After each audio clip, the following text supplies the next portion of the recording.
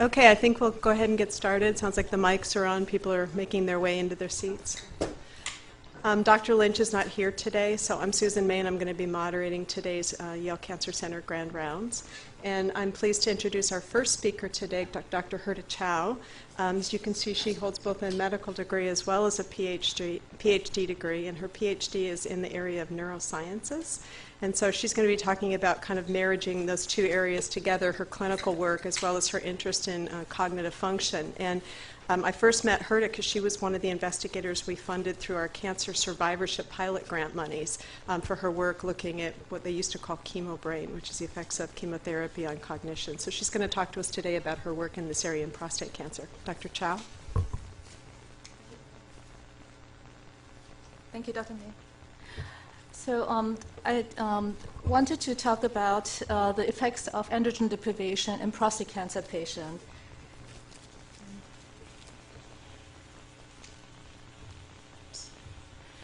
I wanted to first start out with a case, and this is one of the patients that patients like him prompted me to investigate this issue of androgen deprivation, a potential impact of cognitive dysfunction. And he was a 63-year-old gentleman when I first met him, Caucasian male. He was diagnosed with a Gleason 8 prostate cancer that was metastatic to the bone about 2 years ago when I met him.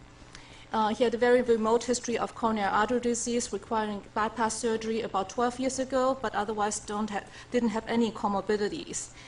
He started androgen deprivation about 2 years ago with excellent response, and his performance status was excellent. He exercises vigorously like 3 times weekly, and he even continues to work full-time as a consultant for medical innovation.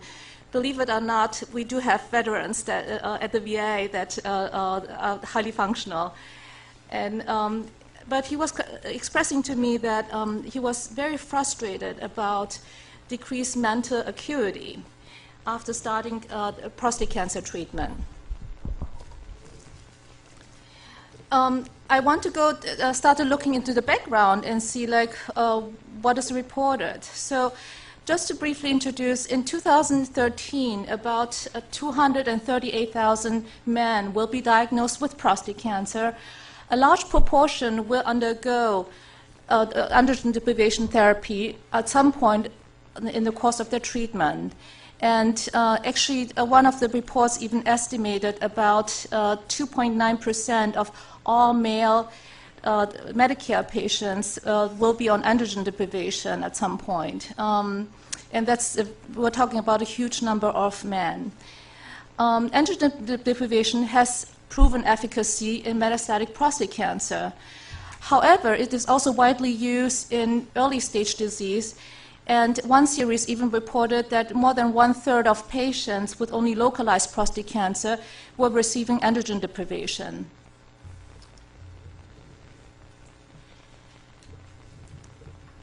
While there's no consensus on the indications and duration of androgen deprivation in men with localized prostate cancer or biochemical recurrence, and we really feel that we need a better understanding of the risks and side effects of androgen deprivation to guide our treatment recommendations. There have been extensively studied side effects of androgen deprivation that include constitutional symptoms, cardiovascular symptoms, endocrine, and musculoskeletal side effects. However, the effects of androgen deprivation on cognitive function is not well understood. I want to briefly talk about cancer therapy on cognitive dysfunction. As healthcare provider in oncology, we will always encounter patients that sometimes complain of decreased mental acuity, memory difficulties, or other cognitive dysfunction. And studies in women undergoing adjuvant treatment for breast cancer and reporting cognitive dysfunction have popularized the term chemobrain. In one series, up to 75% of cancer patients experience some degree of cognitive impairment during and after treatment, and in up to 35%, the cognitive dysfunction remains for months of years. And this is one series by Janelsens investigators. How about men with prostate cancer? So men undergoing androgen deprivation may experience some cognitive dysfunction too. The problem is these individuals frequently score within normal limits in traditional neuropsychological tests.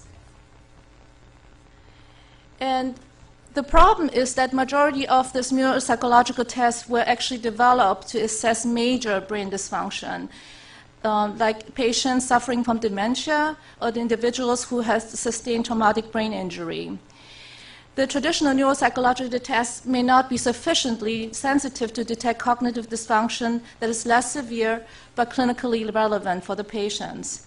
And the problem also with this majority of neuropsychological tests is there's a training effect. So if you did the test once and you do it repeatedly, it's very, very hard to detect any decline in function because you already have the training effect.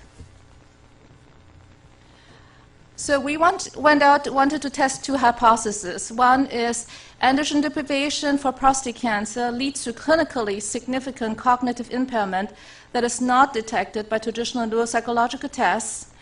And the second was that we hypothesized that brain imaging with functional MRI is a better way to characterize cognitive changes resulting from androgen deprivation. I want to go to the background a little bit about what is reported so far about androgen and brain function. And there's a whole series of studies that several have shown that low testosterone levels have been reported to be associated with low performance in cognitive tests. And testosterone may have a moderate positive effect on cognitive function in healthy older men with or without hypogonadism. And that has been reported by Kenny and Sherrier in two separate studies. Similar results were also described in patients who had Alzheimer's dementia or mild cognitive impairment by several investigators.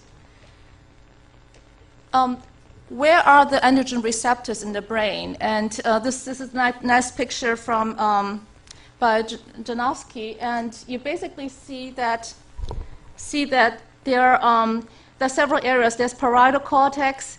Androgen receptors have been identified. There have been prefrontal cortex has androgen receptors identified, hippocampus and amygdala. So these are the areas where androgen receptors have been studied.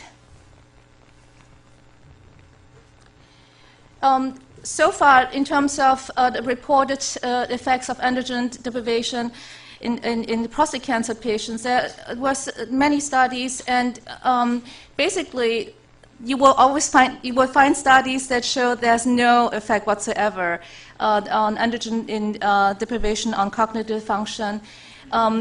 You will find some investigators reporting a global cognitive decline, and there will be other studies that will also show some improvement and some decline in certain areas of cognitive function. And the problem with all of these studies is there's a small sample size, there's differences in patient demographics, there's lack of consistencies on how androgen deprivation was accomplished. There's a lack of consistency in the psychological tests used. And the problem with many of these studies also is there's a lack of age-matched controls.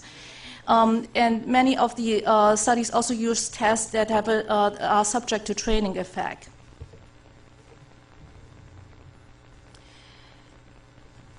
And what is functional MRI? Why did we set out to study this in androgen deprivation? It is a non-invasive technique that directly measures brain activity and visualizes how the brain operates while performing a cognitive task. And it is used by clinicians to study whether specific brain processes are affected in patients with medical conditions. It has been studied in patients with heart disease, in children with cerebral palsy, and it has been used very effectively to see how certain brain processes are changed in these individuals. And preliminary studies using PET and functional MRI in breast cancer patients have demonstrated changes as a result of chemotherapy and tamoxifen on brain function. Functional MRI is also a very sensitive technique to detect changes in brain activation. So for instance, in patients with schizophrenia or patients with drug abuse, you can actually see that they score completely normal on the neuropsychological test, but unfortunately, you can actually see that there are changes in the brain while they are trying to complete the cognitive tasks.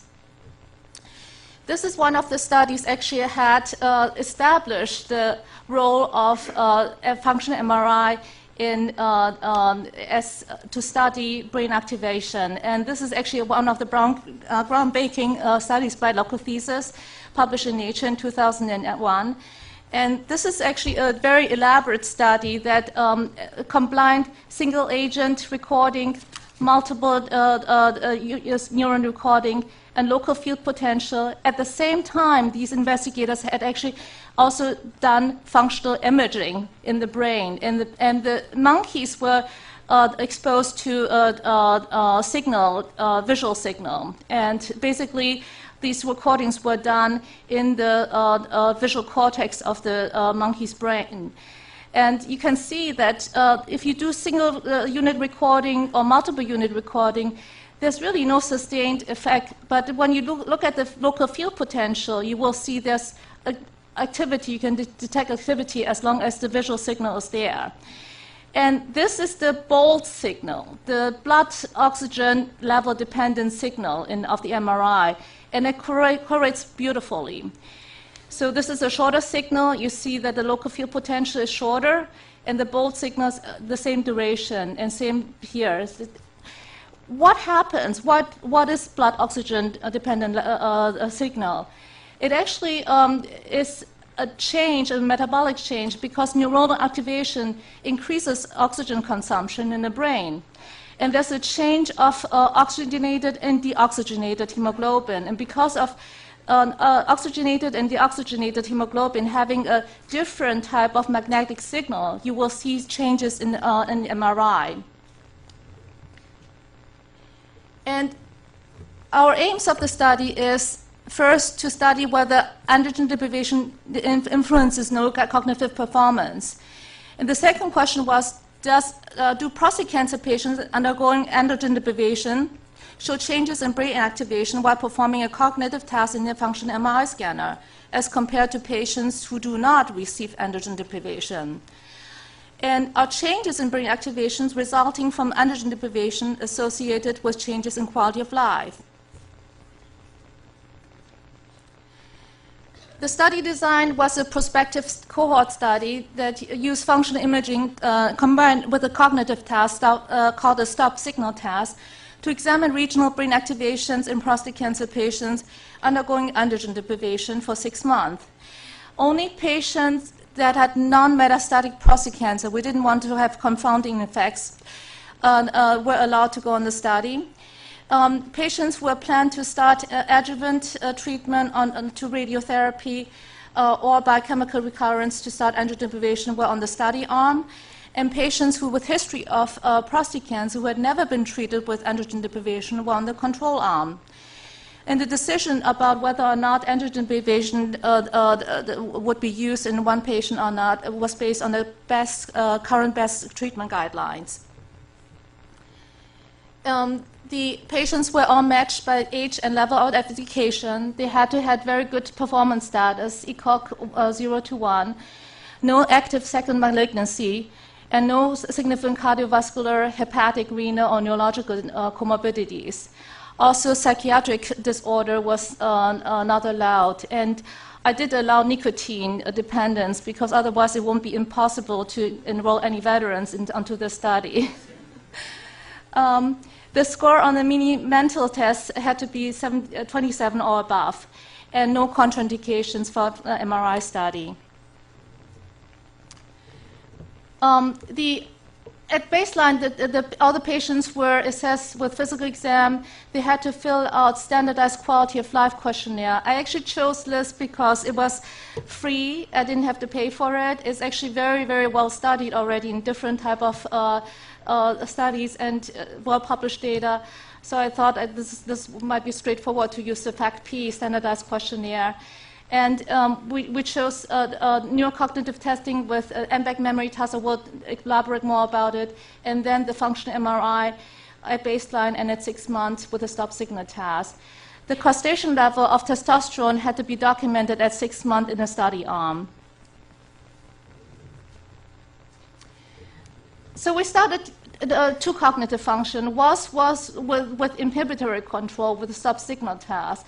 Basically, we all have a tendency to form habits, and the sub-signal test basically try to see how well you can actually inhibit a habit. The second cognitive function was working memory, and we set it out by testing it with a 2-back memory test. First explanation of the sub-signal test is the stop-signal test has two signals. One is the goal trials and the stop trials. Majority of them are goal trials. So when you see a circle like this, the individual has to just press a button and respond to it. And basically, whenever you see it, you respond to it, it forms a habit. However, after you have been formed the habit with this, you actually try to, there were 25% of the signals are stop signals, and you have to basically withhold the response, so you should not press a button. And you can actually measure how the response is with that. The second is the working memory task.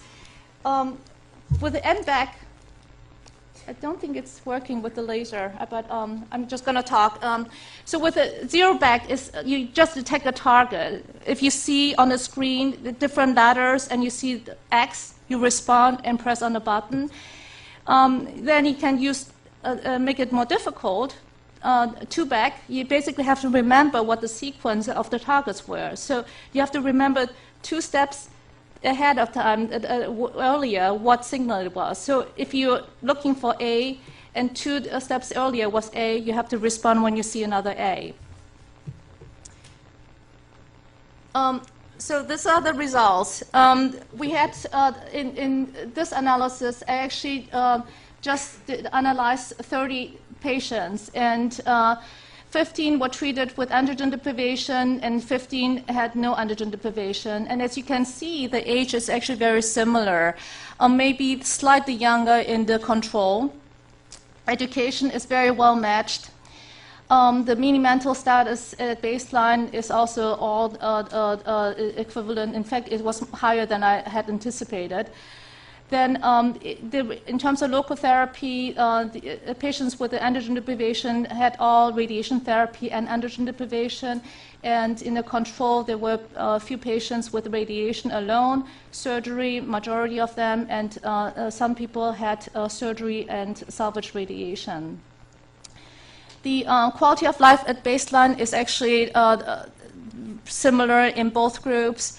And at baseline is actually also similar, so not significant changes. Testosterone level was documented to be in castrate at 6 months in the androgen deprivation group, and to be in a normal range in the control arm.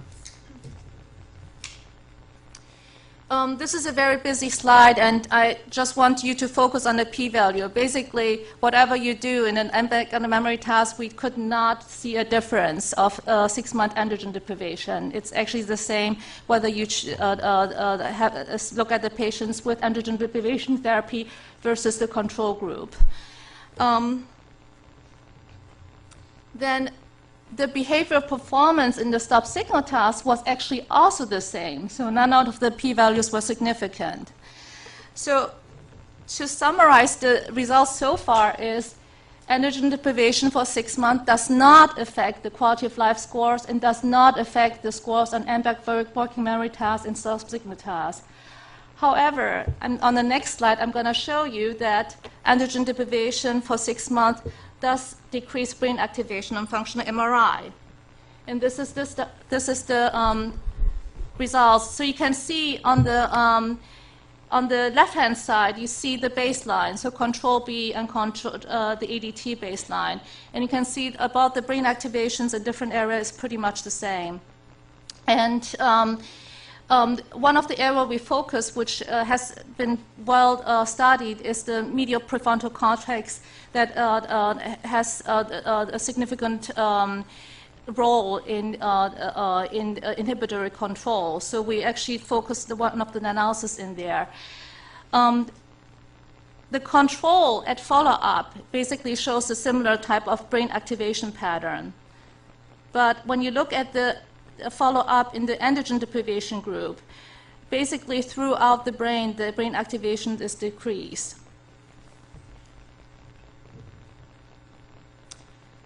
The next question that we asked was, so if function MRI with a cognitive task changes the brain activation pattern, what about in the resting state? And I just want to explain a little bit. I didn't want to get into too much detail in the introduction. The reason is resting state has a very valuable role. You basically don't have to ask them to perform a task. Patients can just sit and close their eyes, not fall asleep, and you can measure brain activity because the brain is functioning even at rest, and you will always have spontaneous fluctuation in both signal.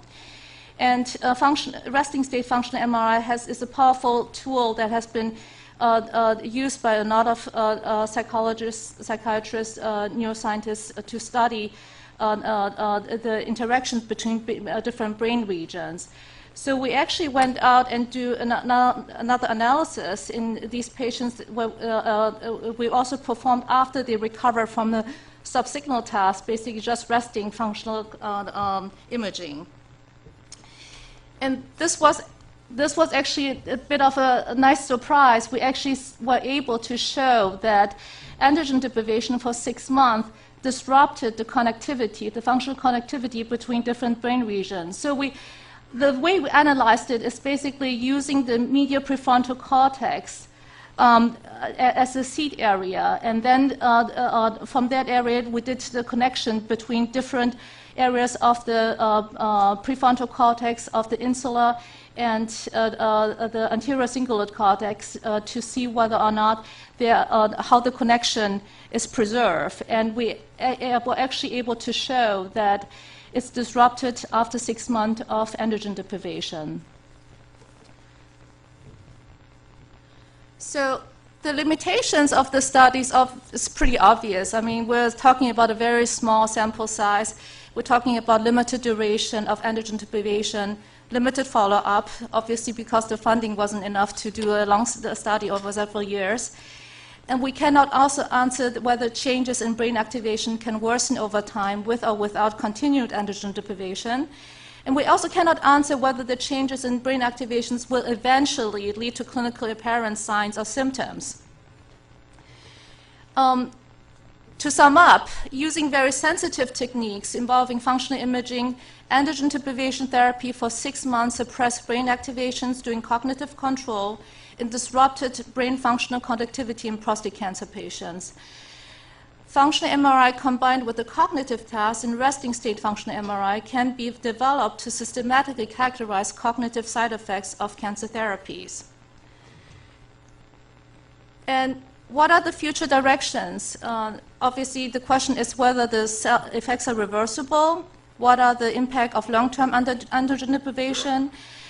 I have to say, we also have to develop better questionnaires to document subjective assessment of cognitive function. I realized later that the FACT-P is a wonderful questionnaire to assess quality of life in terms of social interaction, whether side effects from physical side effects from androgen deprivation or chemotherapy for prostate cancer. But it doesn't include any questions for cognitive ability. So I chose the wrong questionnaire, and Dr. Ruth McCorkle will guide me in how to develop better questionnaires. The other question is also like, how can we define more refined criteria to identify individual patients at risk to see whether we can develop tools to counteract the effects and techniques for treating or preventing cognitive side effects from cancer treatment. Why bother with this study? So there are over 11 million cancer survivors in the United States alone. And the American Cancer Society actually cites on their official website for patients that there's an estimated 15 to 70% incidence of brain problems in patients who are undergoing cancer treatment. So we're talking about a very large number of patients. I want to thank the patients. I want to thank my mentor, Dr. John Concado, Dr. Ruth McGaughill, who's been very, very helpful in designing future questionnaires and future studies, Dr. Mikhail Rose, Dr. Ed Uccio, and Monica Delvey and George Hayner all at the VA who have helped tremendously with the study. In psychiatry, Dr. Ray Lee and his team, biostatistics was by Dr. Liu, and he's now at Brown University. And it was funded by the Yale Cancer Center Connecticut Challenge Cancer Survivorship Grant, by the Yale Cancer Center Translational Pilot Grant, and an R3 from the NIH. Thank you.